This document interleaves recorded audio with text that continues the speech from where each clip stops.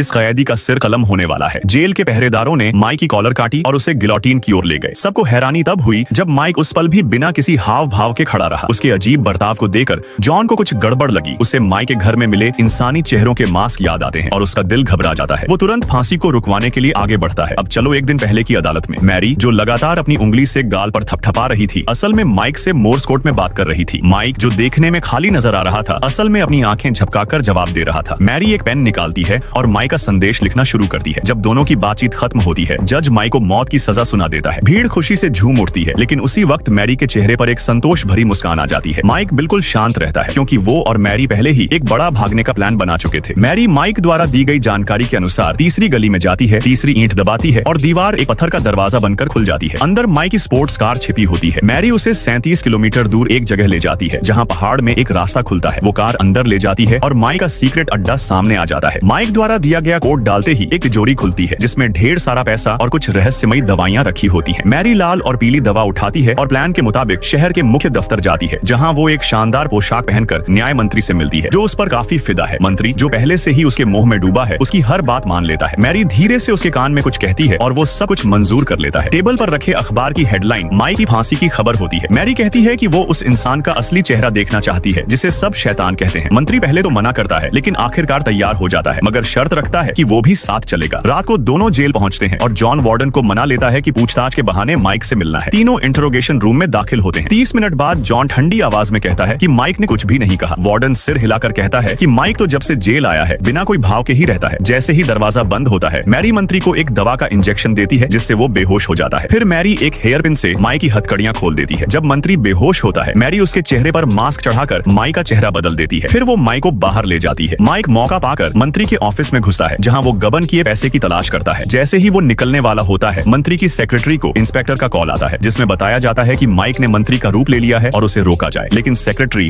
उसे किसी ठगी की कॉल समझकर गुस्से में काट देती है। माइक जो सब सुन रहा था, जल्दी से वहाँ से भागता है। उस पुलिस वाले के सामने से निकलता है जो उसे पकड़ने आया था। फिर वो बाहर निकलकर मैरी की कार में बैठता है और दोनों वहाँ से निकल जाते हैं।